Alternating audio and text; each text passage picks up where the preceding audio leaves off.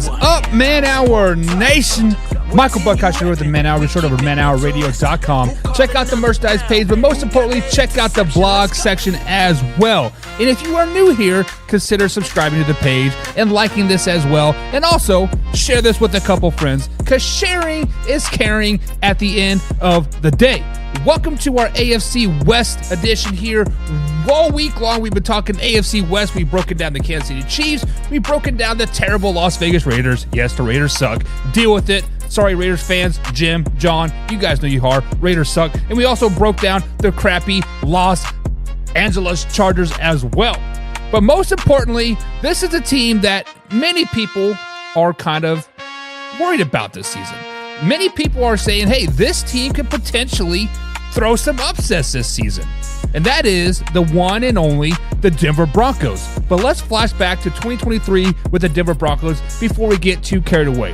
The 2023 NFL season for the Denver Broncos was one some people would like to forget. Let's just be flat out honest. Yes, they did finish 8-9, but they never really seemed to really get the ball rolling. Every time they would win a game, then they would lose 2, 3, 4 in a row. But, hey, they did have wins over the Buffalo Bills, the Minnesota Vikings, and the Cleveland Browns, all 3 games in a win. Actually, they had a 5-game winning streak at some point in the season with wins over the Chiefs, Packers, Buffalo, Vikings, and the Cleveland Browns. They had a hot streak, but then Sean Payton's like, you know what? We don't like Russell Wilson. We want him out of town. Let's go ahead and cut this guy, a.k.a. they cut him and then they let them sign with the Pittsburgh Steelers. And it was just kind of a, what do we do with our hands, right? So this offseason, they went into the draft. They drafted the edge rusher second round, but most importantly, they drafted Bo Nix with their first pick in the 2024 NFL draft. But before we get too carried away, we have to welcome the man, the myth, the legend, my guy from the NFL Experts, Mark, to the show. What's up, Mark? How's it going today, man? What's up, Mike Buck? I'm glad to be on the show for you, man. Hey, dude, I am always excited to talk football with a fellow football nerd, and I've been watching you guys over there on the NFL Experts basically since your inception of the show. Wayne G's like, hey, come watch my show, see what you like, and I like what you guys do over there. You are the NFL experts over there, so obviously you have some knowledge, but tell the people just a little bit about your show before we get too carried away into your Denver Broncos. All right, well, we're on all the social media outlets. We are the NFL Experts Pod, plural, so you can find us anywhere, Twitter, Instagram, Facebook. We do a live stream every Wednesday at 7 o'clock Eastern time. I'm in Colorado, so it's 5 o'clock our time. Me and Wayne, we give our knowledge of everything football and everything NFL. We spit out our opinions, and you know what? You get an expert opinion. Yeah, and with those experts' opinions, you obviously have your team that you enjoy out there, and your team is the Denver Broncos. So this offseason, you guys kind of had a turbulent offseason, maybe you want to say. You cut your potential franchise quarterback that you traded the house, the farm, and the dog and the cat for. You basically let him walk. You are still paying him this season, like $60 million or whatever it is. First things first, I got to ask you that question. When you heard that your team, the Denver Broncos, cut Russell Wilson, what was your first initial thoughts? Honestly, Mike, it was kind of something I saw coming. Like I've stated on my show many a times, I felt like Russell was screwed from the get when he got here. He came here, he was like our second option. Everybody knows that the Broncos were trying to get Aaron Rodgers. We didn't get Aaron Rodgers. That's why we hired inept Nathaniel Hackett as our coach, thinking we could lure Rodgers here. He ditched us. He went back to Green Bay. So we decided, let's bring Russell in. So already he was our second choice. And then we pair him with Hackett, who can't run a freaking offense. Even the Jets are trying to get rid of him. So he was doomed that year. And then also that year, he was trying to be the in-the-pocket guy, run my own offense. He wanted to be like Mahomes and Rodgers. But you know what? That's not him. That's not Russell. Like, he may have wanted to do that, but that's not what he excels at. Okay, so year 2 with Sean Payton. I don't care what anybody says. Like, Sean Payton turned him around after his terrible year with Hackett. And then he didn't even like him most of the time. You saw it on the sidelines most of the game, especially during the Lions game when he berated him on the sideline. Yep. And I think it was just all coming to a head. Russell Wilson is not Sean Payton's style of quarterback. Yeah, and unfortunately, if this move fails, it's going to set the Denver Broncos franchise back many, many, many years. But now we look at this quarterback room now. We have basically a brand new quarterback room. You have Jarrett Stidham that is currently listed as the starter. You have rookie Bo Nix, which we know Sean Payton normally does not play rookie quarterback for whatever reason. And then you guys traded for Zach Wilson as well. Earlier, I think it was last week or 2 weeks ago, you popped in on our show on the comments. I believe we were breaking down the New York Jets, and you said it would not shock you one bit if Zach Wilson wins that starting quarterback job. With that being said, are you ready to put your money where your mouth is and say Zach Wilson is going to be the starter for the 2024 season for the Denver Broncos? Yes, I'm probably the only one, Mike, out there that believes this. But this is my thinking on it. Okay, Zach Wilson clearly has the better arm of the three guys. He's got a rocket arm. 2, he has the most starts and most experience as a quarterback. Those 2 things, I think he's got the edge on the other guys. And I don't know why everybody's sleeping on him. Yeah, I think the main reason why people are sleeping on him is because of the dumpster fire that he was in New York. Because if you look at his time, his tenure in New York, he was consistently being thrown under the bus, play after play, game after game, year after year. This is the reason why we're losing. This is the reason why we're losing. This is the reason why we're losing. Insert Aaron Rodgers into the Jets. And just underneath the summer behind Aaron Rodgers, Zach Wilson looks like he took leaps and bounds going into that, first game when he was thrown in the fire. Week 2, week 3, then he kind of did, and then he seemed to digress toward the end of the season. So, with that being said, if Zach Wilson is the starter this season, and Zach Wilson looks decent, right? Let's say he's a 500 quarterback throughout the 16, 17 game season here, and they have 7, 8, 9 wins right in that area. Could you potentially see Zach Wilson be the long-term answer in Denver, or is Bo Nix the heir apparent? I think Zach Wilson's really got to show above and beyond, like way better than he did in New York. But the one thing I will say is that when he was in New York, he had a defensive-minded head coach. I'm a firm believer that young rookie quarterbacks need to go to a team that has an offensive-minded head coach. They will help them develop. They know the offensive system. Like, you're just in a better spot. A defensive guy is not going to focus on offense. He's going to worry about his defense the whole time, and that's why Jack Wilson didn't develop. I think Sean Payton is going to really turn this kid around. But I don't know. I still think Bo Nix is going to be the guy eventually. Yeah, there is a reason why you always draft a quarterback that high and then kind of add insurance behind him like Jarrett Stidham and Zach, just in case something does happen. But the most important thing that I want to talk about is obviously the Chargers have probably the worst wide receiver room in the NFL as far as I'm concerned. It's probably them, the Panthers, and then the Patriots. But then the Denver Broncos are kind of right there at the 28, 29 range as well. Cortland Sutton kind of seeking that long-term deal, has yet get the long-term deal. Marvin Mims Jr., Josh, and Tim Patrick. Your guys' receiving room seems kind of thin and seems kind of really a big wild card, right? Do you potentially see your receiver room stepping up? Does Cortland Sutton become a top 15, top 10 receiver in the NFL? Well, last year he showed flashes of some great play. He had some crazy catches in the end zone.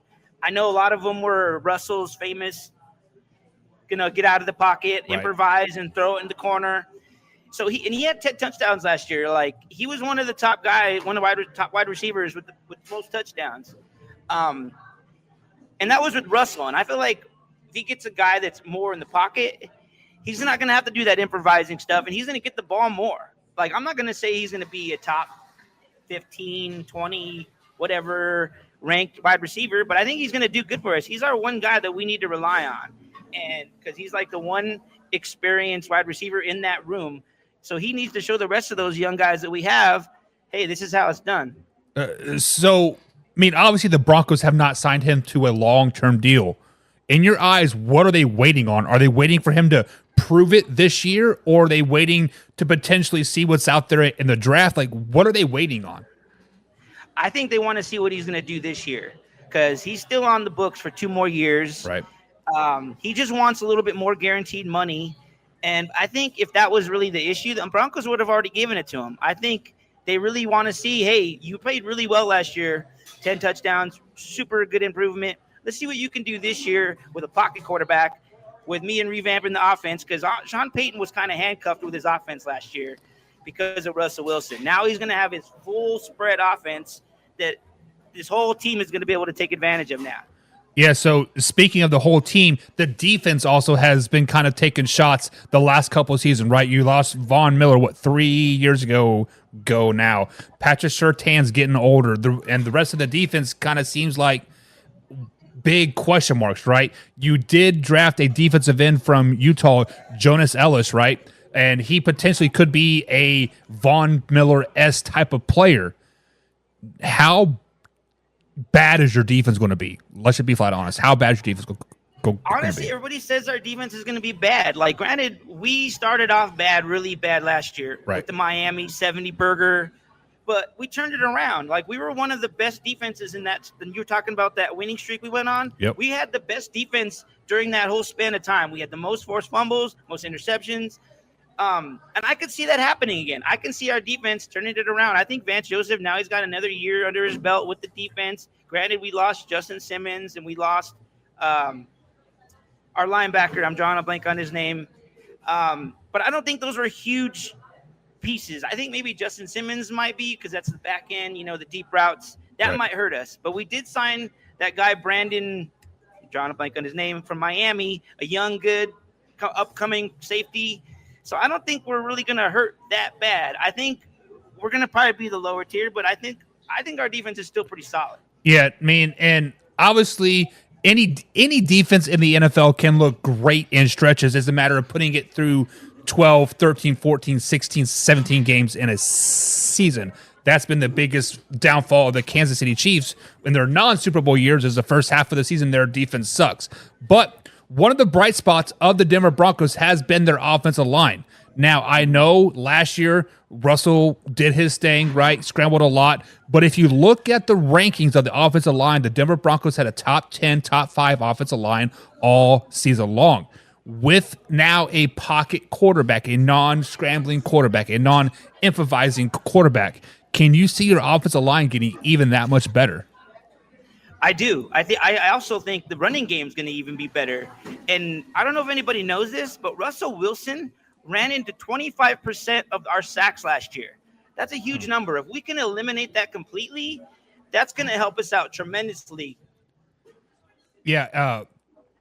Unfortunately, I don't know.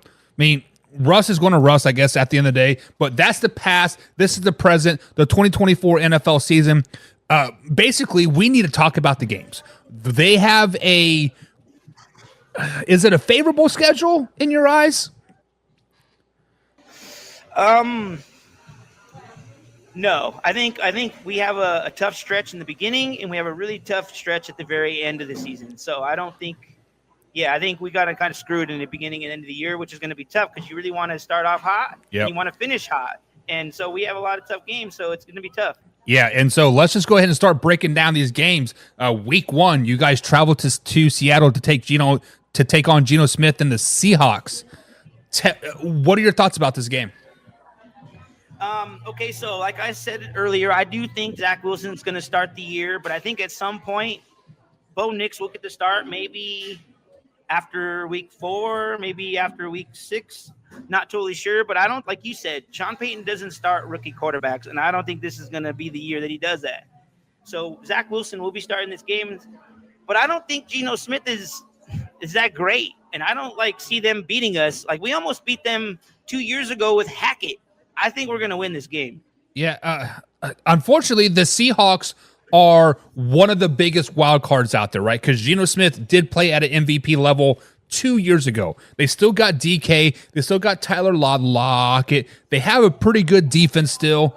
But the biggest wild card for the Seahawks is they got a new head coach. Nobody really knows what this new head coach, what the offense is going to look like. Even watching OTAs and camp with the Seahawks, I can't judge anything, but I do know one thing, and the Denver Broncos are not going to beat the Seahawks. I have no faith in the Denver Broncos this first 8, 9, 10 weeks of the season. It is going to be tough for you guys, and I don't care if Zach Wilson's starting. I don't care if Jarrett Stinnen's starting. I don't care if Justin Fields is starting for you guys. It's going to be a tough loss, unfortunately. Taking us into a week 2 matchup. Speaking of Russ comes back home to take on his former team that cut him. The Pittsburgh Steelers come into town. What are your thoughts about this one? Well, I actually have tickets to this game, Mike, and I usually, when I go to the games, they lose. So I'm making this as a loss. Well, maybe, just maybe, you should stop going to home games then. I'm just putting it out there. But I think the Pittsburgh Steelers are going to be a pretty good team this season. We've already broken down the Pittsburgh Steelers, and I do have the Steelers winning this game. But I think Russ just doesn't have to suck for the Steelers. They have a top 5 defense. They have a really good running back in Najee Harris. And I'm not for sure if the defense of the Denver Broncos can hold up against that powerful Pittsburgh Steelers offense. On the bright side, you are at Mile High Stadium, and that is a true home field advantage, especially for teams that come from the coast, right? And obviously Pittsburgh's not on the coast, but it's still pretty down low to the sea. Give us the week 3 matchup, back on the road, traveling to Florida to take on Baker Mayfield and the Buccaneers. Okay, this is another one. I think the Buccaneers, they lost a lot of pieces. They lost Devin White on the defense. I don't think their defense is going to be as good as it has been in the past years. Baker does have Mike Evans, but that's really his only weapon. I think this is going to be a win for us. See, last year people were sleeping on the Bucs. I rode the Bucs all season long. Rode them into the playoffs. Rode them into Detroit. Baker Mayfield is the real deal. Yes, he has Mike Evans. Don't forget about Chris Godwin. Chris Godwin is the true X factor for the Buccaneers. The one thing bad about the Buccaneers is their defense is starting to age a little bit, starting to get a little long in the tooth. But Bucs at home, I like the Bucs. Give me the Bucs. Week 4, we talked about this when we broke down the Jets. This is when you chimed in saying that, hey, Zach Wilson could be the starter. Denver Broncos travel to New York week 4 to take on the Buccaneers, or to take on the New York Football Jets. Who do you got winning this game? I have this as a loss. I think this is going to be one of those revenge games for them. Rodgers going to be back. We don't really travel well on the East Coast. We're going to have a couple of East Coast games in that time span. I just don't see this looking good for us. I think this is going to be a loss. Yeah, not only is this an East Coast game, not only are you going to play the New York Jets, this is a 1 o'clock kickoff game as well. So for you in Denver, Colorado, it's going to be 11 o'clock in the morning. What is the last thing I want to do at 11 o'clock in the morning on a Sunday? Wake up and play a football game. They are going to be sluggish. The crowd's going to be rowdy. Zach Wilson is going to be back in town. They're probably going to be booing him or saying, hey, where's your hot mom, or hide your mom. You know, the memes are going to be all over the place. Unfortunately, I think the Jets win this one. I mean, not unfortunately. I got to think the Jets are a wee bit better. And right now, the Broncos are struggling right now. They're 0-4 in my eyes. You have them, what, at 2-2? 2-2, yeah. Yeah, and it is tough. But week 5, they travel back to Mile High Stadium, and they play a terrible Las Vegas Raiders team. Okay, so there's a record, Mike, that we haven't beat the Raiders like the last 7 times we've played them. I'm probably wrong on that exact number, but we're going to break that streak this year, and we're going to beat the Raiders at home. You might beat the Raiders. Of course, 16 other teams are going to beat the Raiders as well, because the Raiders are just not very good. But unfortunately, one of the Raiders' 5 wins, I have them 6 wins on the season, comes week 5 versus the Denver Broncos. Because it is, unfortunately, it is tough starting the season 0-4, traveling to Seattle, traveling to Tampa Bay, traveling to New York. You're finally home. You kick off your feet, and then you got a rivalry game where the Raiders just flat out hate you. And at this point, people are calling for Zach, or they're calling for a quarterback change at this particular point. Maybe calling for Sean Payton's head a little bit. It is rough sledding in Denver right now. But on the bright side, week 6, you're still at home, and you welcome another bad team, LA Chargers, into town. Okay, so the Chargers, we pretty much have owned the Chargers over years. I'm not worried about the Chargers. They have a new coach with Jim Harbaugh. I do think that he will turn that team around, but not this year. Like you said, they have a very bad wide receiver core. Like, he's piecing his team together, but this year they're going to struggle, and we're going to beat them. Yeah. I think you will beat them, but just not week 6. Week 6, you're still trying to figure yourselves out. The running game in LA at this time is starting to click, right? The Chargers have Gus Edwards. They have J.K. Dobbins. Justin Herbert's still somewhat healthy. And I just think they're a little bit too much for you guys. And 0-6, I think, is a real possibility. And you are killing me, Mike. And you are hoping for a bye week, but bye week's not for another 2 months in the season. So week 7, you play a familiar foe. You play Derek Carr and the New Orleans Saints at Mercedes Superdome. Okay, so according to mine, we beat the Raiders, we beat the Chargers, both at home. Yep. Then we go to New Orleans. This is going to be a homecoming for Sean. This is going to be another win. We're going to go on a 4-game winning streak. Whoa. 4 games in a row versus 2 division rivals versus two former teams. People always tell me to put down the crack pipe. Like, I think you might need to come down to sea level to check your altitude, because I don't see the Broncos hanging with the Saints. However, we talked about bad receiver cores. The Saints have a pretty bad receiver core too. Michael Thomas is no longer there. Chris Olave is really their only threat. Alvin Kamara, is he even going to be eligible? He keeps punching people in Vegas every time he gets out. But I think this is a good game. I think this is a knockout, drag-out game, and it's going to come down to the final field goal. But the Saints win it. 0-7, man. And see, I think Sean Payton really knows Dennis Allen. So, like you said, it's going to be a good game. But I think you're wrong, Mike. I think Sean's going to get that homecoming win. It would be nice, because, if they're on a 4-game winning streak at the particular points, in your eyes, things are looking pretty good. Things are looking up, because then you welcome Bryce Young and the Carolina Panthers back into town week 8. Oh, that's a win. I think the Carolina Panthers are terrible. Like, they are building. I don't think Bryce Young is that great of a quarterback. Oh. And honestly, dude, I think their owner is a complete piece of shit. And so I really hope we beat them, and I think we will. Yeah, I mean, really the only bright spot about the Carolina Panthers are Adam Thielen. I think he is probably one of the most slept-on receivers in the NFL, especially going into the 2024 NFL season. He did have 1,000 yards last season, but I did have the Carolina Panthers beating the Kansas City Chiefs earlier this week. But I do think the Broncos do win this game. I think the Broncos finally get their first win over the Carolina Panthers, and these next few games might shock you, because I have the Broncos kind of getting hot, and they continue that hot streak, I believe, versus week 9 when they travel to Baltimore, and they do beat the Baltimore Ravens week 9. 2 wins and a little win for me. What are your thoughts? And you want to tell me that I'm smoking crack? Come on, Mike. Okay, so we kind of have opposite feelings. I feel like we're gonna go on this win streak, and then it's gonna turn, and we're gonna derail, and we're gonna lose to Baltimore. We never play well in Baltimore. That's another early start time. We just don't play well there. Lamar Jackson runs all over us every time. That's a loss. Well, unfortunately, the Baltimore Ravens also always overlook weaker opponents every year. Somewhere along the line, somebody comes up and bites them in the ass, and I think week 9 is perfect to come up and bite them in the ass. I Lamar Jackson's overrated. It is what it is. Week 10, you're still on the road. This time you travel to Arrowhead.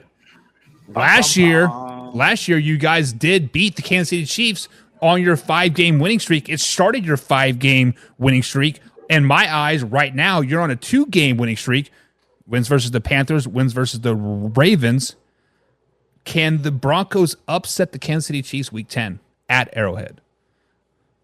We never play well at Arrowhead, dude. Actually, I should tell you, Mike, this is one of the games on my bucket list that I've been wanting to go to at some point in my life. I will go to a game at Arrowhead there and rep my orange in front of all your fans someday. And it's just a tough crowd. I think this is going to be another loss for us. Yeah, I think the Kansas City Chiefs are just too much for you guys, unfortunately, especially at home, 1:00 game, early November. Let me tell you a great story. My first NFL game was a Christmas Day game. I believe it was 2017, 2018. Kansas City Chiefs, Denver Broncos. It was Alex Smith was the quarterback. Travis Kelce was still really much unknown. Tyreek Hill was pretty much unknown at that point still. Dontari Poe threw a touchdown in that pass to really seal that deal. So that was my first NFL game, and if you want to go to Arrowhead, man, I will make the 8-hour drive there, and we'll meet up, and we'll definitely hang out, and we'll have a good time. Yes, let's do it, dude. I want to try some of that good-ass barbecue I've been hearing about. Tailgating at Kansas City, you will not go hungry. I'll tell you that 100%. All right, well, let's plan it, Mike. But back at home, back in Mile High Stadium, Week 11, you guys welcome Kirk Cousins and the Atlanta Falcons into town. An Atlanta Falcons team that I think a lot of people are kind of overestimating, to be honest. What are your thoughts about this game? I think people are hyping them way too much. Look, they have a new coach, new quarterback, a lot of changes. So I think they're going to eventually be good, but I don't think it's just going to happen right away. And I think after coming off 2 losses to Baltimore and Kansas City, we're going to come home and we're going to get this win against Atlanta. Yeah, it would not shock me one bit either. If the Atlanta Falcons are in some type of quarterback controversy going into Week 11, because they did draft Michael Penix Jr. They actually moved up in the draft, way up in the draft, to draft him. Well, he was in the first round draft pick, if I'm not mistaken. So if the Falcons are going to be the way I think they're going to be Week 11, there might be that quarterback change, and Michael Penix Jr. just may not be ready for the spotlight at Mile High Stadium. It's a tough place to play. Let's just be honest. It is a tough place to play at Mile High, and I like the Broncos as well in this game. All right. Giving us a Week 12 matchup, a rematch of the Raiders just from a few weeks ago, but this is Week 12 at Allegiant Stadium here. What are your thoughts? For some reason, I feel like we have lost to the Raiders so many times before, and this year I think we're going to finally get our win at home, but I think we will lose there, and we'll split it with them. Yeah, I concur with this. I think at this point, the Raiders are probably starting Gardner Minshew or maybe getting a quarterback off the street. I think the Raiders are in that quarterback turmoil as well. Oh, yeah. But they do find that mojo, like that Gardner Minshew magic for whatever reason, and they do win this game, giving us a Week 13 game. This is a Monday night game. How did the Broncos get on Monday night? I don't know, but they're at home on Monday night, taking on Deshaun Watson and the Cleveland Browns. Hey, Mike, we got 2 primetime games. Hey, it's something. Yeah. We'll take it. I know it's just, hey, we deserve something. We're good on Monday night. Listen, I'd rather watch the Broncos on primetime than the Jets like 6 times in the first 8 weeks. So, all right.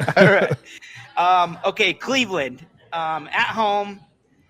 This one I kind of went back and forth on, Buck. Like, we've kind of owned the Browns over the years, especially the fumble, the drive. Yep. I'm sure they hate us. But I think this is going to be a loss for us. Yeah. And I think the opposite. I think the Cleveland Browns are a really good team. They have a really good defense. They have a hell of an offense. Nick Chubb is a beast. But just like when you guys played the Ravens, I think the Broncos kind of elevate their game for this game. Monday Night Football at home. Bo Nix is probably chomping at the bits to get in there because you have the bye week the next week. So there's a lot of energy, a lot of buzz around the team. And I do think the Broncos do win this game going into the bye week, week 14.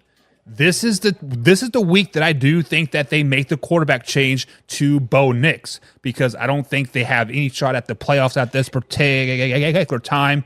I mean, they might have an outside shot, but I think this is where you get your quarterback's feet wet. You see what you have, right? Do we need to go to the draft? Do we need to do this, and this? But you are kind of on the opposite. I think you're sitting about 7 wins right now, right? 8 wins? Yeah, I'm at 7 right now. 7 wins. So, with that being said, how are you looking at this week 14 off? Like, quarterback change, wide receiver, possibly I guess the trades have already passed that, like, at that point, but needed bye week. Honestly, Mike, dude, it's brutal. Like, to have the week 14, I think if we were a playoff team, week 14 probably be ideal to have. Like, you play all those games and then you get a rest right before the playoffs. But in our case, we've won in my scenario, we've won 7 games. Probably not going to be a playoff team. Yeah, so it's brutal, dude. It really is. Yeah, there are 2 terrible bye weeks, right? Week 4 and week 15 are probably the 2 worst bye weeks in all of the NFL. Week 14 is probably right up there as well. Give us the week 15 matchup at home versus the Indianapolis Colts. I think with the bye week and possibly Bo Nix getting prepared, and like I kind of agree with you that he might start after and during this game, and I think with that extra time, we're gonna win. We're gonna beat Indy.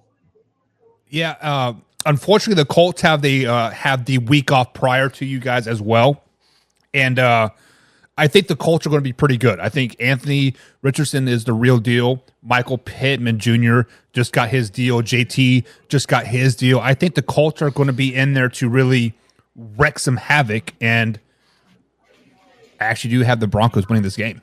I think the Broncos are kind of this is, I feel this is going to be the Broncos' MO all season long, is they're going to step up to those big games, to the Chiefs, to the Ravens, to the Browns and Colts, right? They're going to step up to those big games and play them competitively, but then they're going to look like dog crap versus the Chargers and the Raiders and the Panthers. You'd be like, why can't we play this good when we play these guys? And it could be a totally different season.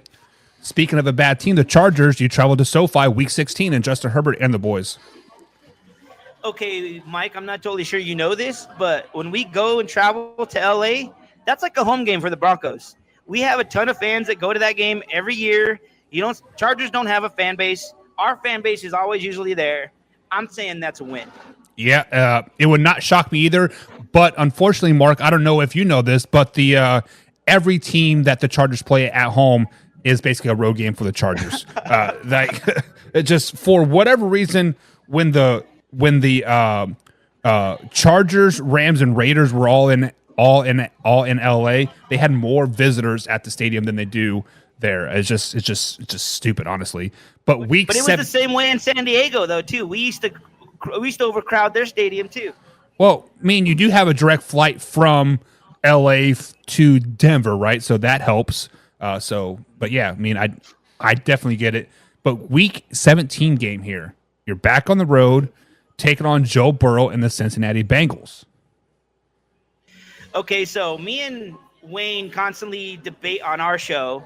He doesn't like Joe Burrow. I really like Joe Burrow. And as we were talking about Anthony Richardson, Wayne really likes him. And I don't think he's going to be all that great. I think he's really hyped up. I think he's just a physical specimen, and that's why he got drafted. But let's see what he really does when he can stay healthy. Right. But Joe Burrow, I think he's going to have a phenomenal year this year. He's going to be healthy. I'm kind of worried about his wrist injury that he said that they don't know for sure it's going to be fully healed, if it's going to affect him during the season. So I really hope that for him that he's healthy. So in my scenario, he will be healthy, and him and the Cincinnati Bengals and the Chiefs are going to be fighting for the number 1 seed. So they're going to do everything they can to beat us, so we're going to lose. Yeah, Joe Burrow is one of the most fragile quarterbacks in the NFL. We talk about, Lamar Jackson always getting hurt and other quarterbacks always getting hurt. Joe Burrow gets hurt just as much as the rest of the quarterbacks as those top names there. It seems like every year he's missing a couple games. And when he doesn't go, the Bengals normally don't go either.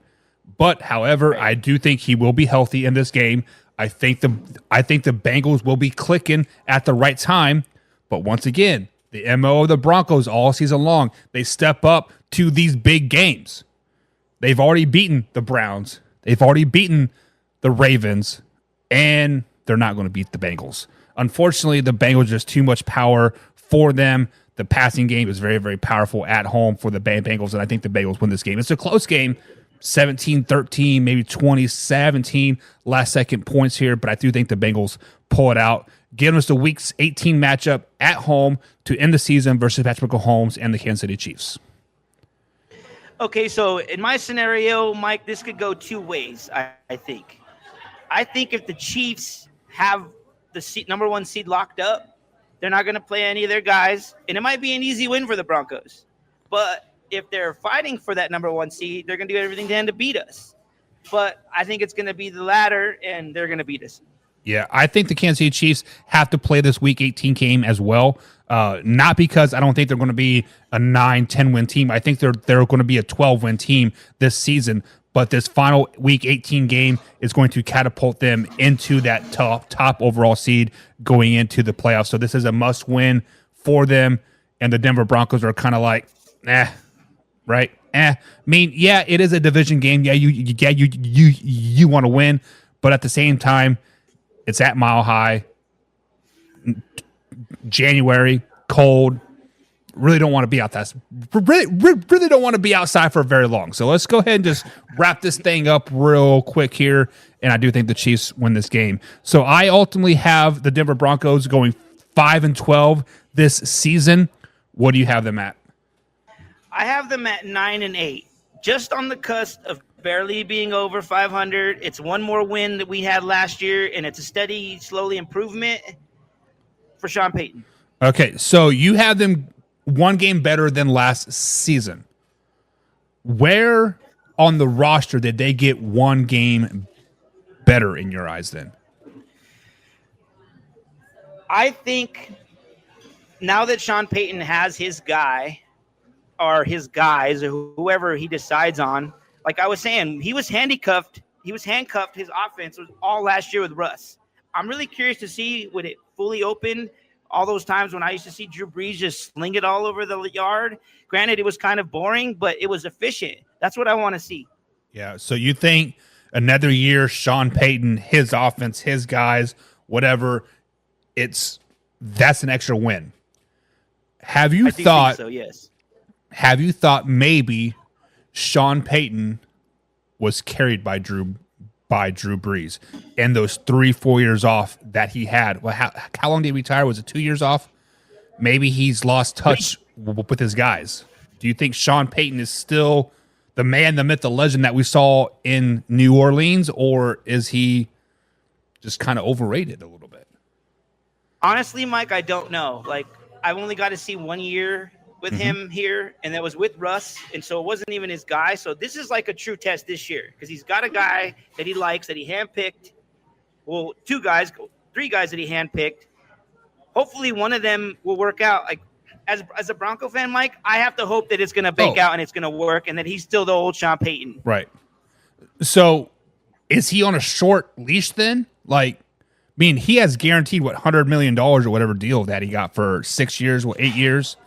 Is he on a short leash, or because the Broncos are still paying Russ all that money, are they stuck with Sean Payton, do you think? I don't think they are. I think the Walton Penner group, I think they're the type that they'll make the move if they really think that he's not the guy. But I think drafting Bo Nix, they're going to give him a little leeway to see what he can do with this kid. And like we were saying in our scenario, he doesn't even start until week 14 or week 15. Right. So that's not even a good sample size to see him. So I think Sean at least has a couple years. So one of the big things that I've talked about Chargers fans this offseason was their general manager, Joe Ortiz. Joe Ortiz was a former Baltimore Ravens general manager, and he made 7-8 big in-season trades, to really boost that roster up. Can you see Sean Payton and the Denver Broncos making a trade to really boost that receiver core by the holiday or by the Halloween trade deadline? I do. I kind of keep thinking Mike Thomas. Maybe Sean Payton's been talking to him. Who knows? He hasn't signed with anybody, and I think maybe he's just waiting for the right fit. He probably sees us as not a team like, oh, it's the Broncos. I'm not going to the Broncos. We're not going to win. Like, he probably wants to go somewhere and win.